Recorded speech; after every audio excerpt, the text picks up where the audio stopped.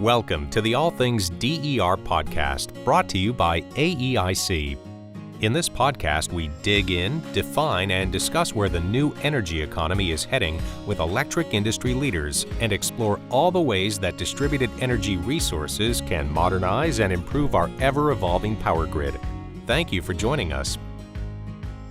Hello there. Welcome to the All Things DER podcast, sponsored by AEIC.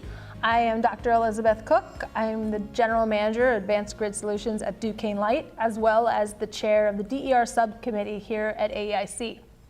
And today, on this episode, we have Arron Lewis, who is the West Region Leader for Black Veatch. Welcome to the podcast, Arron. Thank you very much for having me. So today, we're going to talk a little bit about really kind of bringing in climate change, energy transition, and really the impacts of the grid. So this must be your cup of tea. Is this where you live every day?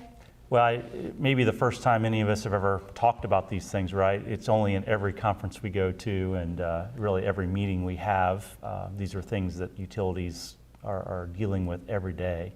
So I thought it would be good to spend some time talking a little bit more detail about that and some of the perspectives that I've gained just in talking and working with a number of clients. Great. So in terms of climate change, what types of events and projects are your company supporting? Well, great question. And some of this, I'll refer to some events that go back a little ways, but it's really indicative of what we all realize, that climate is changing. The magnitude, the frequency is amazing how each year we're finding more and more storms that cross that billion-dollar threshold. And I've seen some statistics around that, and clearly the data proves that we're seeing things that have not happened in the past, and they're a lot more significant. So with that, it comes in all different forms, depending upon where you're at in the United States and the world. In the United States in particular, the things that are in the news frequently, and just in this last week with Hurricane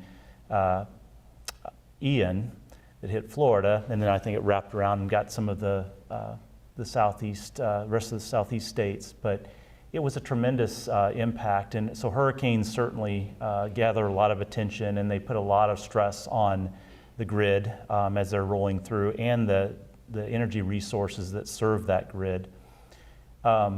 Another aspect in the West here is the problems around wildfires, and for many years it's really been in the news for California, but that's spreading. Oregon has programs right now to try to harden their facilities for this challenge of this extreme drought that's been going on for quite some time and impacting the forests and the vegetation around populated areas where we're trying to operate and maintain transmission and distribution.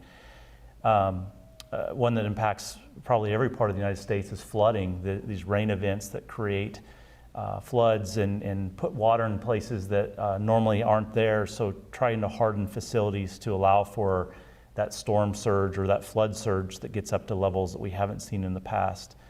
ERCOT had the challenge a couple of years ago with the extended cold in the freeze, and in that case it was primarily due to some freeze protection in some of their thermal plants that really caused a bit of a cascading effect, including the wastewater systems.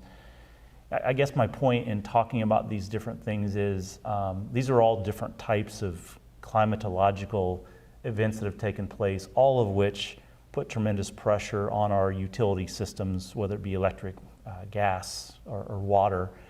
And our utility customers all have to grapple with this as they figure out how they're going to make their systems more resilient to them.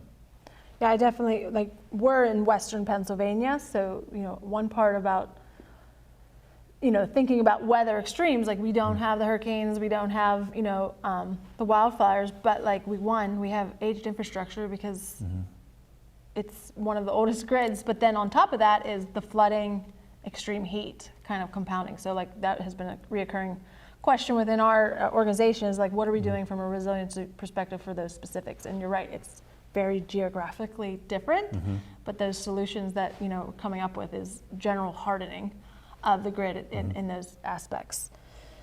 So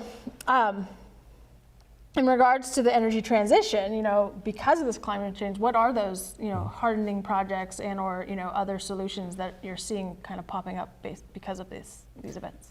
Sure. So they go hand in hand. Obviously, the energy transition that the world is going through away from fossil fuels is really one of the big drivers is climate change and the realization that we need to do things differently. There's other factors as well, but it's certainly a big player in why the energy industry is going different directions and looking for different sources of power. And here in the United States, solar is the great example of 10 years ago, you look at where we were versus where we are today and what's forecasted in the future in terms of the solar penetration, the adoption, not just at the utility scale, but also with individual consumers and commercial, the commercial sector and their adoption of solar. It's filled a large hole in the energy space, but it has challenges, and we'll talk about that in a second. The wind industry, and then looking forward some of the technologies to help us diversify away from fossil fuels, which could include the small modular reactors, resurgence of the nuclear industry. Hydrogen is another aspect of a fuel that can be made to be environmentally friendly, depending upon its origin and the energy used to make it. A lot of the energy transition is driven by the fact that we have these climatological events that we realize we've got to do something differently. And those two things together are what really creates the challenge for the grid itself, how you tie together these new sources of power that not only are what used to be very centralized, large, rotating machines to now inverter-based generation, could be utility scale, or it could be what we call behind the meter, down at the individual customer level, making all that work together in harmony to be able to serve the grid in a way that makes sure it stays reliable, resilient, and keeps the power on for customers. And just I like to, for the audience, one thing I've stood up is an Electric Utility 101 course within our organization, and just a continuous reminder to, us when we're in the weeds, we kind of get it, but when we think about how the grid has evolved, the history of the grid, which is a passion of mine, is, we went from these smaller modular grids, microgrids, one could say, because of the technology and the capabilities at the time. And then as we've scaled and made things more efficient, we built the grid out to a very large grid. Now we have the largest machines. Here is our power grid. And I guess, when speaking about these projects or these engagements, the transformation that's happening is really it's all about innovation. So take out the different fuel sources or the different, this technology and awareness that we could use energy all around us in different ways has been around since the conception. But it was at the time what was available. So just from your engagement in the industry, what are any particular projects that you had to see, utilizing the existing infrastructure of the grid to transform to engage with or create opportunity for this new technology? Yeah, great question.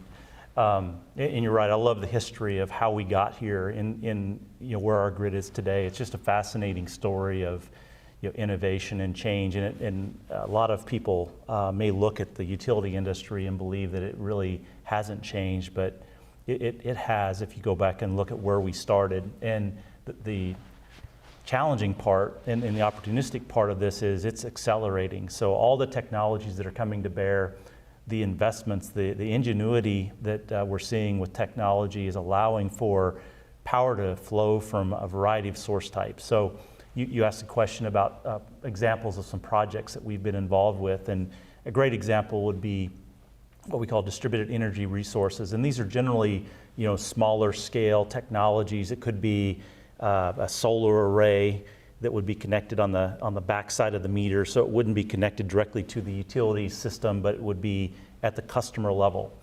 And collectively, this system can be designed so it would serve under bright sunny days the tenant or the owner's facility, and allow them to meet some of their own sustainable goals. But the challenge is obviously, what happens when the weather's not ideal, when it's a cloudy day or there's snow or it's nighttime. How does that interconnection with that customer need to change? And that's the the challenge from existing infrastructure, aging infrastructure, that's not only dealing with now potential of bidirectional flow, where that grid or that solar array is injecting power back into the grid. It's got to allow that to happen, but also dealing with these climatological events and knowing that now, instead of our systems always going one direction, and you're going from high voltage down to distribution level in a substation and then to your end customer, it can go the other direction. It's created a whole new set of criteria and operating requirements around distribution and these distributed energy resources that are really just continuing to grow as more and more of those get added to the system. Yeah, and in regards to kind of like, how does the utility arise to that occasion of okay, how do we look at the grid differently? So just coming from the system planning realm of a utility itself, here you were as a system planner, you literally had a circuit, which every circuit has its own fingerprint. So you have to understand it, but like Ohm's law, you calculate, okay, load, transformer, my feeder can handle. But now you have your extreme weather, like what are you doing for resiliency, Elizabeth? What are you doing with all of this increased awareness of what's out there and how that two-way power flow, as well as creating or enabling this DER. So I know from our space looking, it's really building the models, running the analytics, driving that awareness so that our customers can connect. But from your perspective, how do you think the utility industry is responding? Well, you certainly know a lot about the system planning side, and you brought up a lot of great points of what you've got to do to try to get your arms around it. The challenge is a lot of this DER can be invisible to the utility. They may know that it's out there, but they don't have control of it. They may not know how it responds in certain situations. So in a way, you may have a meter there that tells you whether you're getting power from it or you're delivering power to a load. But without that lack of control and being able to depend upon it when you may need it, it creates quite a complex modeling scenario. And given that you may not be talking about just one of these on the feeder, you could have 100 of them, and how all of them collectively respond when they're kind of operating independently is what makes the planning aspect so difficult.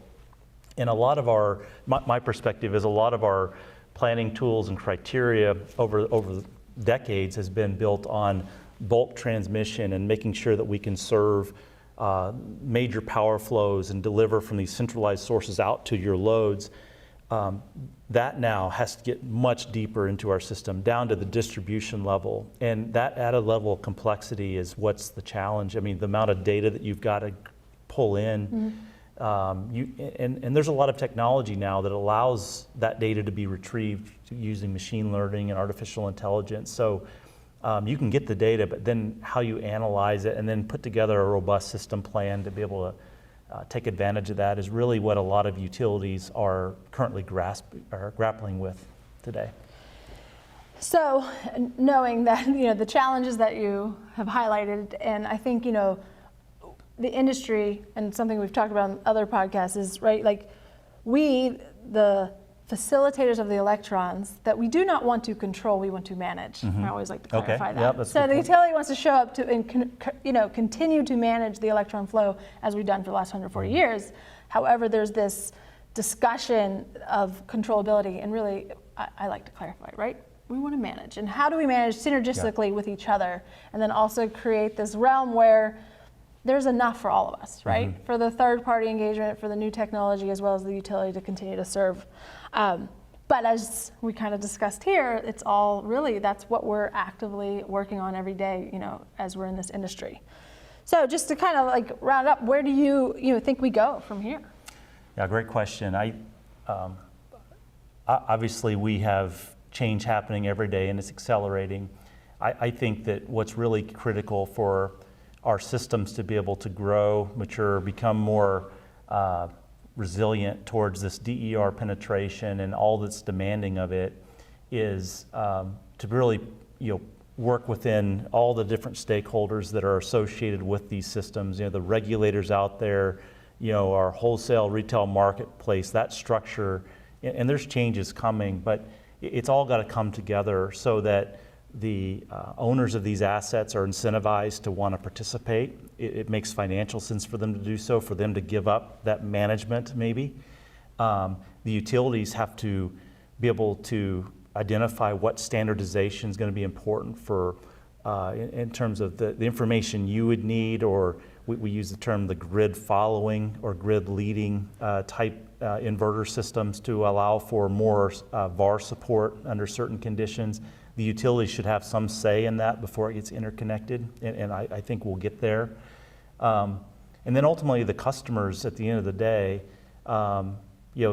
their adoption of this and realizing that with the benefit of maybe getting a reduced electric rate, there is responsibility they would have then to make, and we talked a lot about solar PV, but also electric vehicles is probably going to surpass solar PV in terms of its impact to the grid, allowing their vehicles to be a source when needed, or to defer charging until after midnight, things like that they can do that may change the flexibility, or they have a choice at least. I think that's all got to come together, and ultimately this marriage of the customer system with the utility system and all the regulation that goes along with it, it's got to come together so that it ends up with the right solution, so it all works the way it should, and we drive down cost and the system stays reliable, and again it becomes a sustainable type system.